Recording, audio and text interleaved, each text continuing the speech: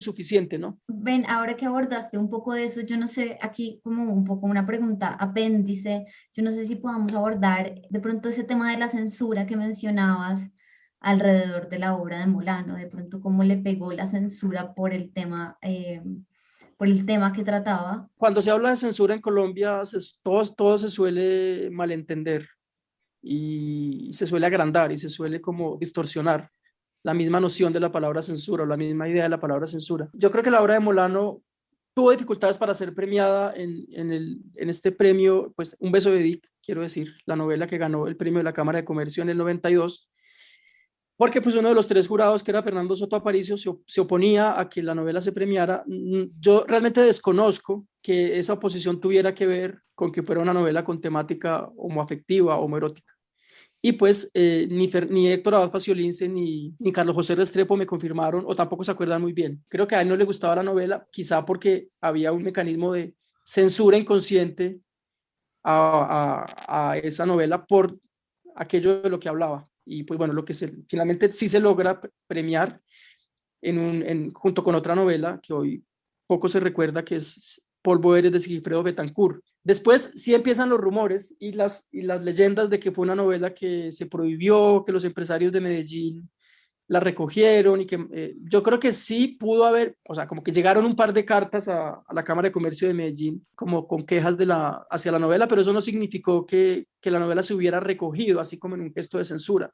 Creo que la edición fue muy corta, fue muy pequeña, como suelen ser estas ediciones de los premios, y no abasteció suficientemente el interés que la novela empezó a generar, el boca a boca tan inmediato, no inmediato, tan importante y tan grande que se empezó a dar en los años 90. Y bueno, y después el poemario se publica como en un gesto de amistad con Fernando Molano, de Héctor Abad y de algunos otros amigos que reúnen el dinero para comprar papel y que se logre publicar antes de que se muriera el poemario Todas mis cosas en tus bolsillos. Entonces, todo lo contrario, más que censura, hay un cuidado y una amistad y un afecto rodeando esta obra que es frágil por otras razones. Es frágil también. Yo creo que, claro, sí hay censura en la medida en que cuando las obras caen en manos de herederos, cuando Fernando se muere, él no tenía una pareja, no tenía hijos, entonces las obras quedan en manos de unos herederos que no se querían enterar muy bien o encarar, no querían encarar esa obra, en parte porque era una familia muy rota y quizá también porque algunos de ellos no estaban muy interesados en que por su, no necesariamente por el tema gay, sino porque intuían o tal vez habían leído que en una novela como Vista desde una acera, que es la novela que se publica póstumamente, hay una crítica muy radical de Fernando Molano a su propia familia y a su propia clase social, a la homofobia, de esa homofobia que, como lo hablaba alguna vez con Rosario Caicedo, la hermana de Andrés Caicedo, y digo la hermana de Andrés Caicedo porque con la obra de Andrés Caicedo pasó más o menos lo mismo. O sea, la homofobia es transversal a una clase alta como la de la familia de Andrés Caicedo y a una clase popular como la de la familia de Fernando Molano.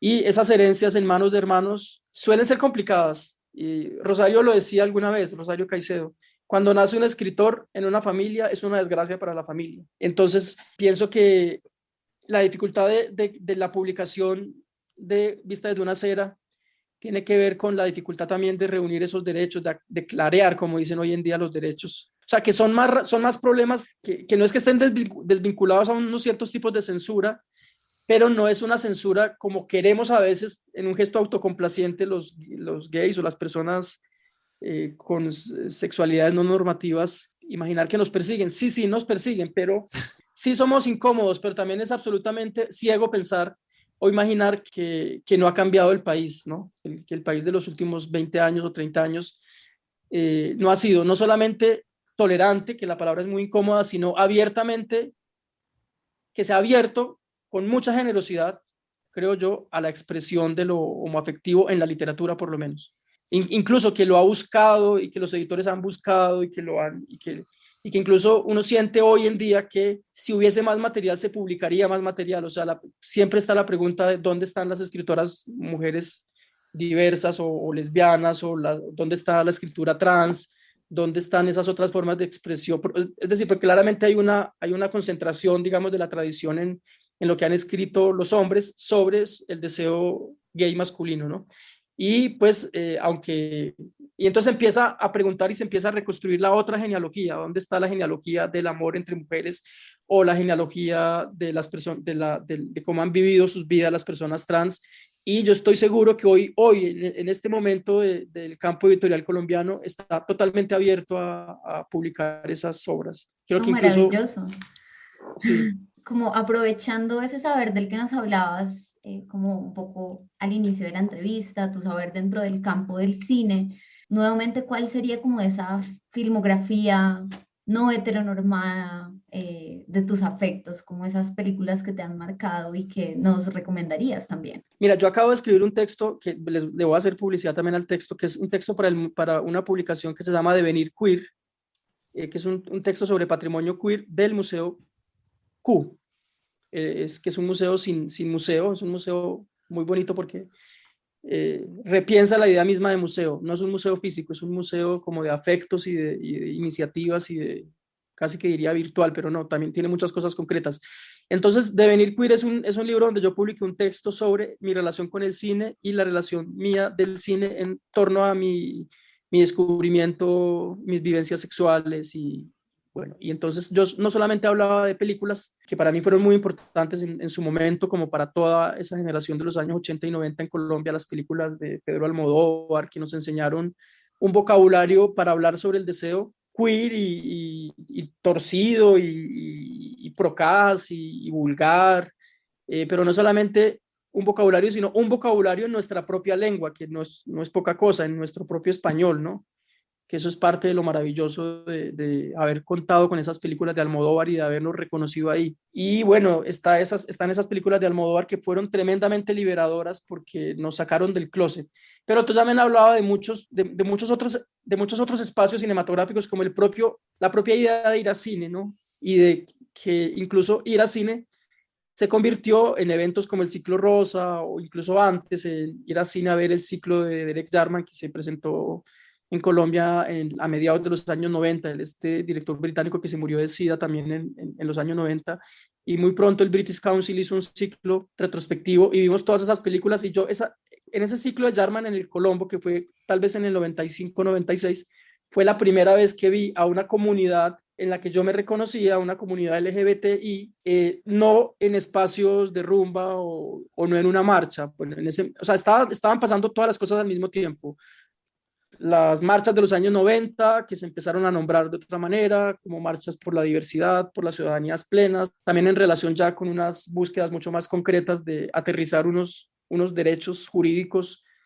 Y entonces creo que ir a cine, ir a algunos eventos cinematográficos fue darse cuenta de que existíamos más allá de las catacumbas y más allá de la oscuridad de los bares o de los saunas o de los videos o de todos esos lugares de encuentro donde más o menos nos escondíamos o sea, salimos del escondite y creo que el cine fue muy importante para salir del escondite. Las personas diversas, digámoslo así, o no heteronormadas, aprendimos a crear unas contrageografías marcadas por el deseo, ¿no?